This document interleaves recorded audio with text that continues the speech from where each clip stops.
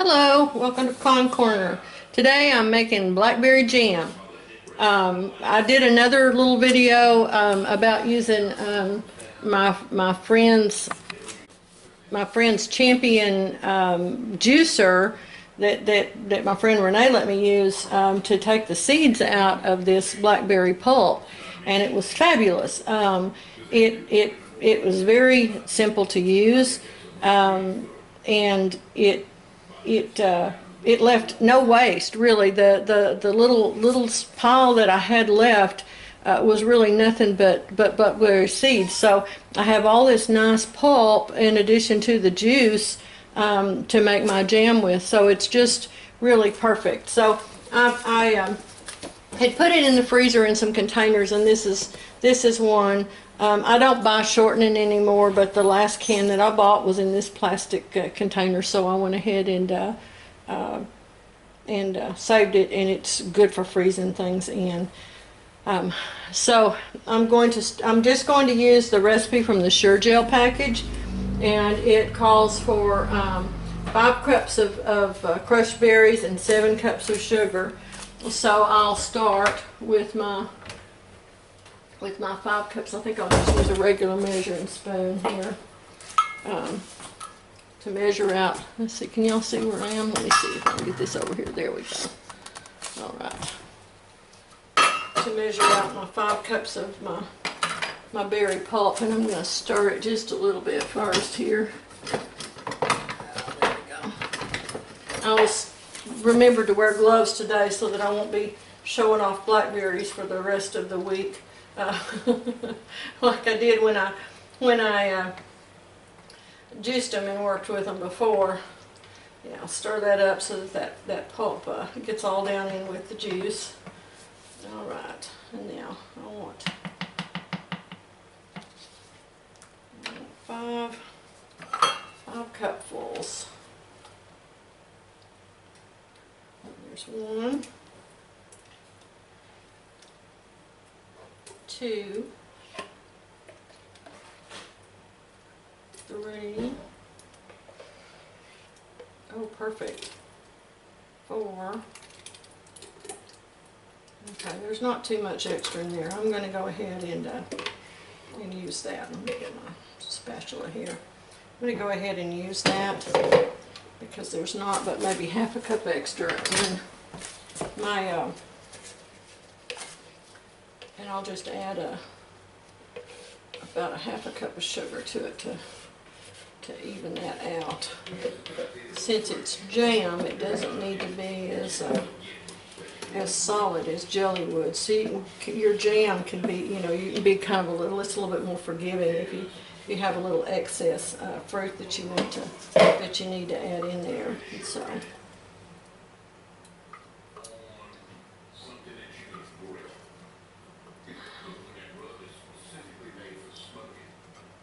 And these berries for this particular one were picked a little bit before the peak ripeness, so they are a little bit more tart than you might have with fully ripe berries. But they have a really nice flavor. All right, here we go. Get that all out of my way. Now let me measure my sugar out here. I'm going to measure my sugar before I start cooking it because I have to have it ready to just pour in all at once. And of course, I like, pure cane sugar, and in Texas that means Imperial. In the South, you guys might have a different brand that y'all use, but Imperial is from Sugar Land, Texas, and so that's the one that I grew up with, the one that we always use.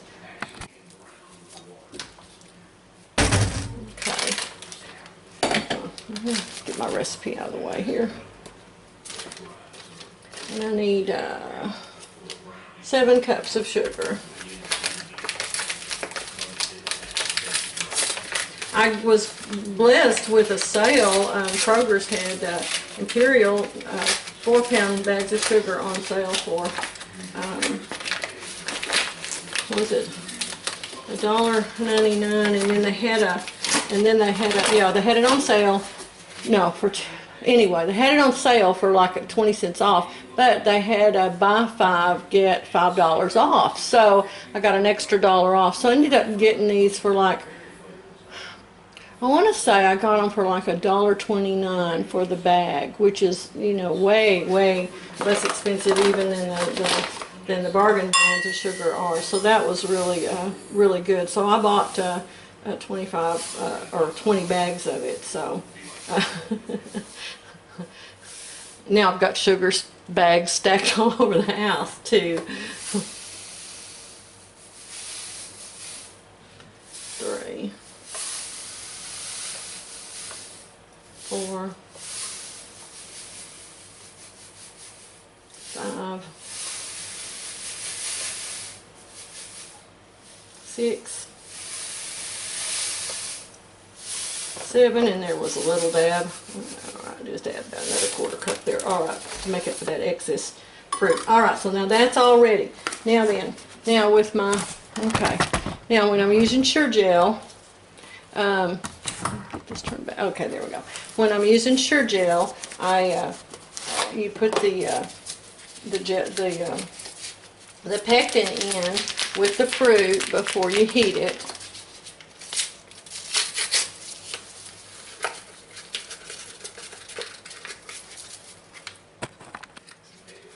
Okay, got my pectin in there. Put that aside. Now I'm using a metal spoon to stir it with. Okay, I'm going to turn the heat up, and I'm going to bring it to a full rolling boil. It can't be stirred down. Now that's a little bit harder with jam, you know, because it's kind of blubbing. But you want it to not stop bubbling when you stir it. Let's see if I can get this turned on for you. There we go.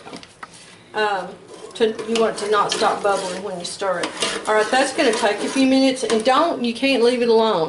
Because it'll burn. You know, because I've got my heat up on high. So I'm going to turn this off for a minute or two and let this catch up, and then I'll turn it back on. I did decide to go ahead and add a 1/2 teaspoon of butter to keep it from foaming up.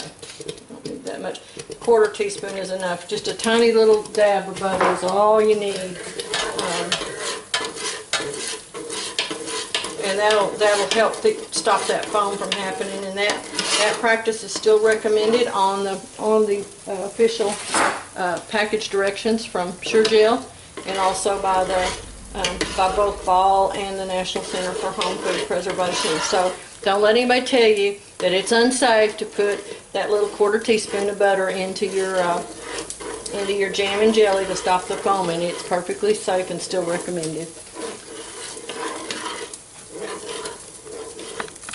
You want a real deep pan when you're working with thick blackberry pulp, because it is trying to splatter everywhere, and of course that blackberry stuff will stain everything it touches, even my sink. I mean, just the least little bit of it on there, and boy, it's got it stained, and then I have to go bleach it off. So it's got my fire down just a little bit. Let me see. Oh, see what I mean? It'll spout at you. All right, I'm ready to put my sugar in now. And pour it in all at once. Okay. I'm so pleased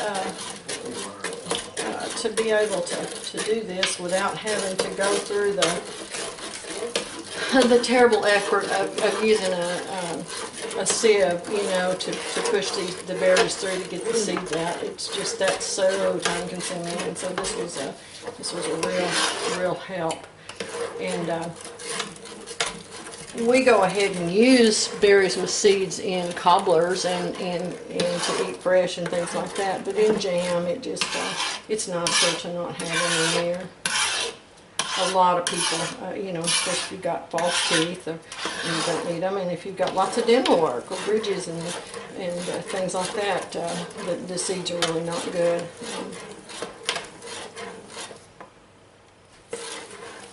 You also want to be stirring constantly at this stage too, because that sugar will burn and on the bottom there, and you don't want that to happen. It's not good for your jelly or your jam. Alright, I'm going to keep stirring a little bit and I'll be right back. Alright, now we've got that boil. Okay, now it's boiling hard and I can't stir it down, so I'm going to start my timer. Oops, for 1 minute. And we want it to boil hard like this for the full 60 seconds at least. It won't hurt for it to boil more than that, but if it boils less than that, your jelly is not going to set. There can be other things that cause it to not set too, and we'll talk about that some other time. But anyway, right now I'm just stirring this frantically. I hope I got my camera far enough away it doesn't fog up the lens. Here we go. This is where one of the places where having that little bit of butter in there really helps, because it still helps keep that foam down, you know, so it's not bubbling up.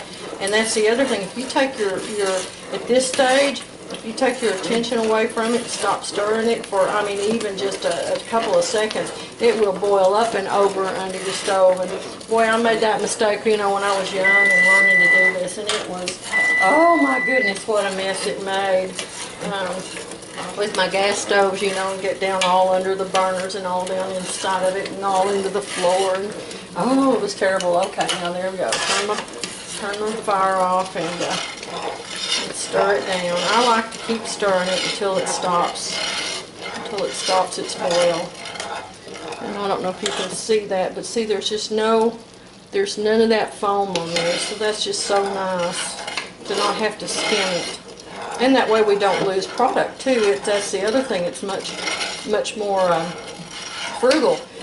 You know, skimming off of my jellies, I mean, you could probably have a half a cup of jelly go to waste from being skimmed off in foam. Okay, now let me move my camera just a little bit, and I'm gonna start filling my jars here. Got my jars all, and I've got my over here on the other side of the stove. I've got my. Let me get this spoon out of there so I don't hurt myself with it. I've got my water bath canner on over here on the other side of the stove, warming up, so I can put these into that. Oh yeah, what pretty. And Paul's just dying to taste it, so we'll probably get a pronouncement from Paul before the end of this video. This is one of his favorites, and he's been very excited about these.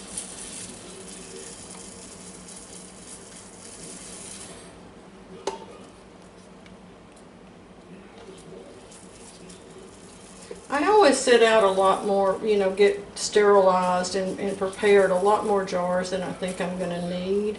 And that way I'm not, you know, dashing around at the last minute having to put some unexpected excess into a jar or sterilize another jar and you know, just wasting time like that.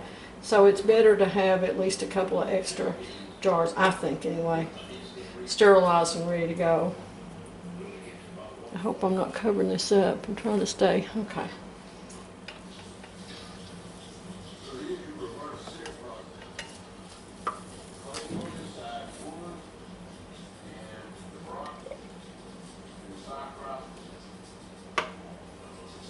I've used, I have ladles, but I have found I like using these just old metal 1 cup measuring cups. They just work much better to me for ladling out like this. That shorter handle is easier, and it's just, I'm left-handed, most ladles are right-handed. Yes, they are. They are too. They're designed to with the spout, where if you're pouring right-handed, like, you know, like that, and so if you're lefty, that means you're pouring out from your body. And so since I don't have a bunch of left-handed ladles, this kind of thing works best for me. There are even right-handed knives. Most serrated knives have the serrations designed for use with right-handed people. Now, if you're right-handed, you won't ever know that. It's only if you're left-handed and you find that every time you go to cut a tomato or slice something, it goes out like that. And that's when you realize, oh, it's designed to be used for a right-handed person. And so Paul thought I was making things up the first time I told him that, and then I showed him, and he was like, son of a gun. So, oh, it's a hard life being left-handed.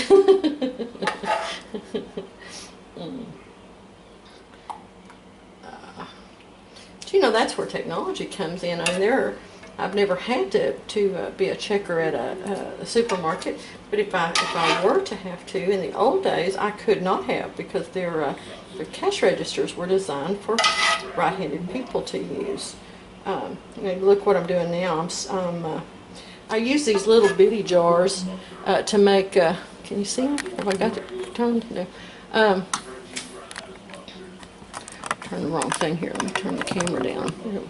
Okay. Oh, there we go. Okay. These little bitty jars, I use them to make testers that we'll use. Just use 1 week, and give testers out at the market. We are allowed to do that, and that way we have a nice sterile tester. All right. Now then, I can't get in here with the camera to wipe these off the way I need to, so I'm going to do that real quick, and then I'll come back. Okay, now my instructions from Sure Gel say to process jellies for 5 minutes and jams for 10. So as soon as this comes back to a boil, I'll start my timer, and my little stock pot here will hold 5 half pints. So it's going to take me 2 batches to get this all done up, but it's already gelling up really, really good. So I'm really pleased with how well it's going to be.